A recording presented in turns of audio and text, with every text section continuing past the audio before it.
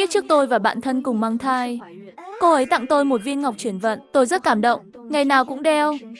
10 tháng sau, chúng tôi cùng sinh con. Ai ngờ tôi sinh ra một đứa trẻ dị dạng, chết yểu. Còn bạn thân sinh đôi một trai một gái khỏe mạnh.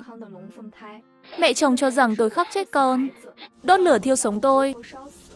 Sau đó tôi mới biết tất cả là âm mưu của bạn thân. Đúng năm đó, tôi trở lại ngày bạn thân tặng tôi ngọc chuyển vận. Đây là viên ngọc tôi đặc biệt lên chùa xin. 2 viên ngọc chuyển vận, nghe nói có thể bảo vệ con bình an suôn sẻ. Chị em mình mỗi người một viên. Cậu thấy được không? Để không làm cô ấy nghi ngờ, tôi giả vờ vui mừng nhận viên ngọc chuyển vận. Bỏ vào tối, được thôi. Cảm ơn chị em tốt của tôi nhất định sẽ đeo mỗi ngày. Nói xong câu này, tôi nghiến răng ken két. Hận thù dâng trào, nhưng cô ấy vẫn giả dối như trước. Chỉ là sự giả dối che giấu rất khéo, khiến kiếp trước tôi không phát hiện.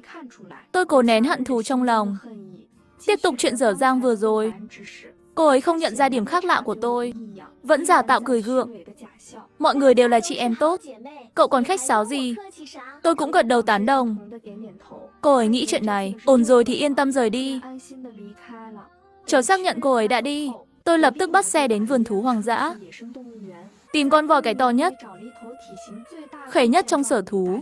Tôi đeo viên ngọc gây hại vào cổ con voi, còn rút vài trăm đồng.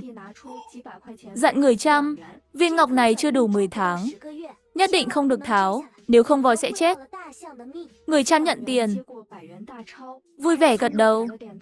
Cô yên tâm. 10 tháng sau, tôi trả lại viên ngọc này nguyên vẹn.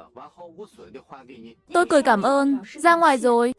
Tôi lại bắt xe về làng. Không phải thích thay thai à? Thay thì cho thay. Lần này cho thay con lớn nhất.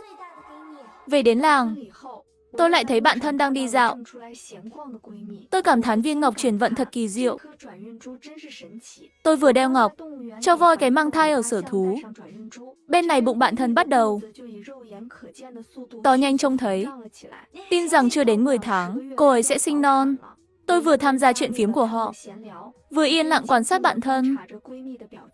Thấy bạn thân vẫn hớn hở khoác lác, không sợ mọi người cười. Tôi dám cá, lần này chắc chắn sinh đôi. Cô ấy tự tin khoe khoang, rồi lại nhân cơ hội chế nhạo tôi, vãn vãn. Bụng cậu nhỏ vậy, lại còn phẳng.